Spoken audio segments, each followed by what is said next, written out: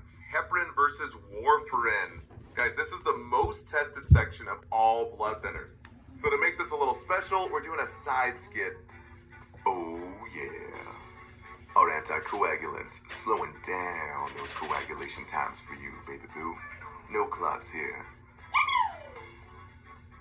Our blood is only super silky smooth, flowing through like a river. Oh yeah. All right, now anticoagulants are given for prevention. The key word there is prevention of new clots and preventing growth of existing clots. Specifically with patients recovering from an MI heart attack or those at risk for a DVT, like after a hip or knee surgery. Guys, the key point is that anticoags do not dissolve clots. Only thrombolytics do that, like TPA and alteplase. So guys, don't let the NCLEX trick you. So let the name help you. Anticoagulants are anticoagulation, withholding clotting factors in the coagulation cascade, mainly blocking the formation of fibrin, since fibrin forms the seals on the clot. So for warfarin and heparin, think WH for withholding clotting factors. Now, heparin works quickly and warfarin works slowly. So think heparin works hella fast, like within 20 minutes. Or think heparin starts in a hurry, but is gone in a hurry, and can only be injected into the patient, IV or sub-Q, like enoxaparin, or lower, lighter weight heparin, which we'll be covering in a moment. Now for warfarin, think warfarin is a weaker start, typically taking 5 days to reach full effect. So warfarin takes a longer time to kick in, but it actually lasts longer and can be taken longer. So guys, just think war in warfarin is like a war. It lasts a long time. Now, patients are commonly put on both at the same time. Key word here is both medications are given together for several days. This gives warfarin enough time to catch up. Guys, that was mentioned a few times on a lot of quiz banks. Now, labs, the biggest topic that's tested by far. Guys, most test questions come from here since it's the most deadly for patients. So just think, if labs are too high, the patient will bleed out and die. And if labs are too low, then guys, clots will grow. So the key numbers to know, heparin, we measure PTT with a therapeutic range between 46 and 70. And the antidote is protamine sulfate, which is not associated with food. So think hepit is like hepit the frog. Since frogs are jumping fast, guys, heparin goes fast. So H in hepit is H for heparin. And the P in hepit is for protamine sulfate, the antidote. And PTT, the lab to know again, is 46 to 70 max range. Now guys, be careful. The NCLEX is going to try and trick you. So not INR and not a PTT over 70. A common HESI question here was heparin drip PTT 85 or a PTT of 100. Guys, anything over 70. The priority action here is to number 1, stop the heparin drip and notify the HCP. Number 2, prepare the antidote, protamine sulfate. And number 3, reassess the labs in about an hour. Now, a common ATI question, a patient on heparin with bleeding at the IV site. What's the priority action? Guys, key term here to know, blood oozing at the surgical incision or IV site. Again, same priority actions here. Number 1, stop the heparin, notify the HCP, prepare protamine sulfate, the antidote, and reassess labs. Now on the other side, warfarin, we measure INR, and the therapeutic range is 2 to 3, and 2.5 to 3.5 for heart valve replacements. Guys, therapeutic INR was mentioned multiple times across a lot of quiz banks. Now a side note here, PT, that prothrombin time, we measure that too, but the values were not tested directly on any question banks.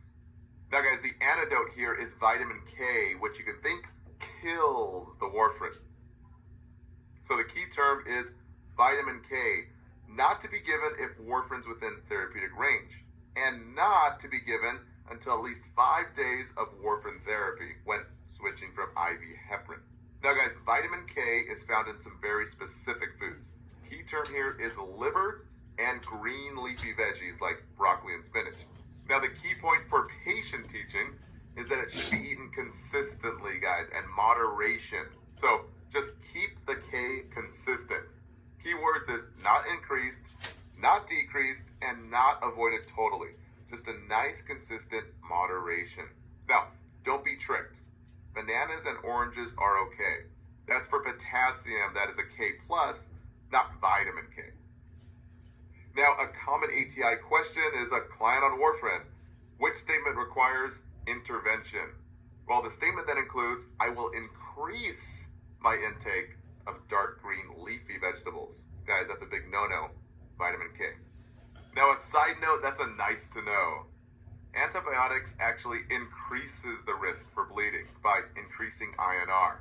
This is because antibiotics kill the intestinal bacteria that produce vitamin K.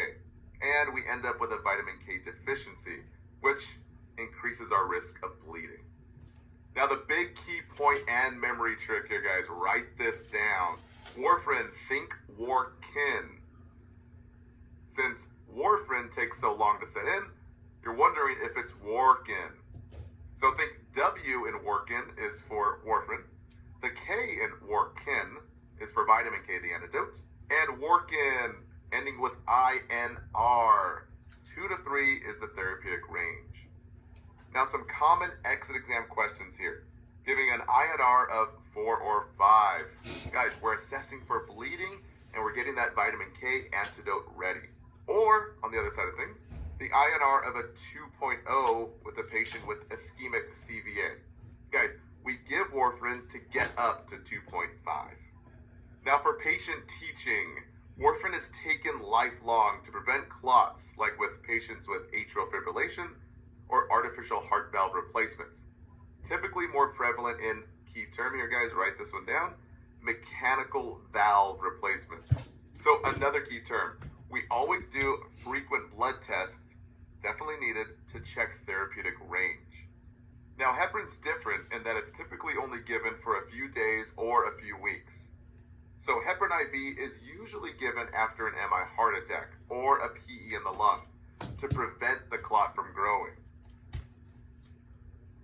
And heparin sub-Q ends in parin, like heparin. So just think enoxaparin or enoxaparin, brand name Lovenox, or deltaparin. Guys, these are lower molecular weight heparin, basically a lighter version, sort of like a Diet Coke. They're just less heavy and a less chance of major bleeding, which is a great thing. Now it's given for a key term, prevention of a DVT after surgery. And as far as administration, we use a 25 gauge needle with 5/8 of an inch. We inject 90 degrees angle, and location keyword 2 inches from the umbilicus, or basically the belly button. Guys, not in the thigh, not IV route, so don't get tricked with those common distractors. So, number 4, the big no-no here. Never aspirate a sub-Q injection, and guys, never rub the site. Now a key point, and this one was stressed on the HESI. It's normal to have mild pain or bruising or even irritation and redness at the site. Guys, there's no need to notify the doctor, and you may use ice chips to help with the irritation. Now a common ATI question is enoxaparin. Which statement needs further teaching? Well, the statement that says, I will inject them into my thigh. Guys, no, in the umbilicus, near the belly button. And I will need frequent blood tests. Guys, no, that's warfarin. Now, 2 special considerations for that low molecular weight heparin. We always assess the H&H before, keyword, given to clients with open fractures. Now, we always notify the HCP and clarify the order of enoxaparin if the H&H is even slightly low. Since, guys, we don't know exactly how much blood has been lost. So open fractures and H&H low, then enoxaparin is a no-go. Now a common HESI question was, a client on enoxaparin, what do you report to the HCP? And the answer was H&H that has been decreased and a blood pressure that is dropping. In that scenario, it dropped by 20 points. So guys, decreasing H&H with decreasing blood pressure usually means blood loss. Now, as far as labs for enoxaparin or low-weight heparins, we monitor for those low platelets. Guys, we're not monitoring for coagulation studies. So not BP and not INR. This was the most commonly chosen distractor. Over 30% of students got this wrong. So guys, think of the double P's for parins. So P for parin in enoxaparin, or enoxaparin, is P for platelet focused. So just like aspirin, the key numbers here, platelets should be between 150 and 400. And guys, we hold the med for any platelets less than 50. So less than 50 gets really risky. We hold really any blood thinner. Now, another risk is a deadly condition from any type of heparin. Now, this is called HIT, or heparin-induced thrombocytopenia. This happens if platelets are decreased by half within, key number here, 24 hours after starting heparin of any type. This usually indicates HIT. Guys, very deadly. So think of the triple H's here. H for HIT is when half the platelets are gone within 24 hours after starting H for heparin. Guys, the priority action is number 1, alert the HCP. This was mentioned in multiple hemosections in 3 different quiz banks. Now lastly, a new one on the market is fondaparinux. Now the major advantage to this is no risk for HIT.